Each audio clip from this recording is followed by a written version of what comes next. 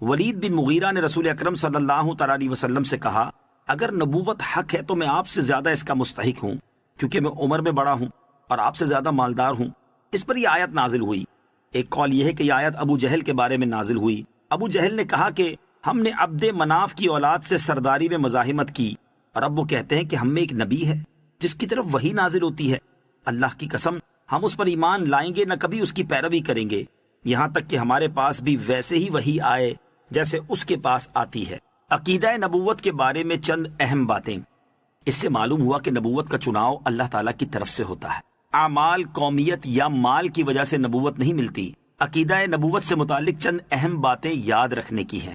Number 1، نبوت کسبی نہیں کہ آدمی عبادت و ریاضت کے ذریعے کوشش کر کے اسے حاصل کر سکے، بلکہ محض اللہ تعالیٰ کی عطا ہے کہ جسے چاہتا ہے اسے اپنے فضل سے نبوت عطا فرماتا ہے۔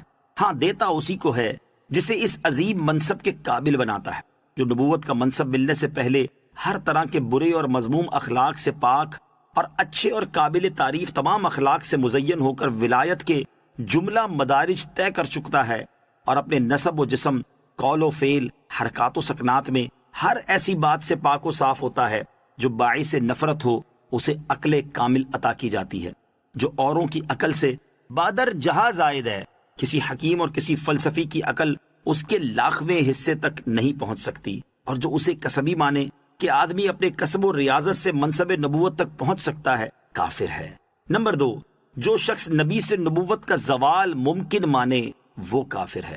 نمبر 3، نبی کا معصوم ہونا ضروری ہے، اور یہ عصمت نبی اور فرشتے کا خاصہ ہے کہ نبی اور فرشتے کے سوا کوئی معصوم نہیں۔ اماموں کو انبیاء علیہ الصلوۃ والسلام کی طرح معصوم سمجھنا گمراہی و بددینی ہے۔ عصمت انبیاء کا یہ معنی ہے کہ ان کے لیے اللہ تعالیٰ کی طرف سے حفاظت کا وعدہ ہو چکا، جس کے سبب ان سے گناہ کا صادر ہونا شرعاً محال ہے، جبکہ ائمہ و اکابر اولیاء کے لیے اللہ تعالیٰ کی طرف سے حفاظت کا کوئی وعدہ نہیں۔ ہاں، اللہ عز و جل انہیں محفوظ رکھتا ہے کہ ان سے گناہ ہوتا نہیں، اور اگر ہو تو شرعاً محال بھی نہیں۔ نمبر 4، انبیاء علیہ الصلوۃ والسلام شرک و کفر اور ہر ایسے کام سے جو لوگوں کے لیے باعث نفرت ہو، جیسے جھوٹ، خیانت اور جہل وغیرہ مذموم صفات سے، نیز ایسے افعال سے جو وجاہت اور مروت کے خلاف ہیں، نبوت سے پہلے اور نبوت کے بعد بالاجماع معصوم ہیں، اور کبیرہ گناہوں سے بھی مطلقاً معصوم ہیں۔ اور حق یہ ہے کہ جان بوجھ کر صغیرہ گناہ کرنے سے بھی نبوت سے پہلے اور نبوت کے بعد معصوم ہیں۔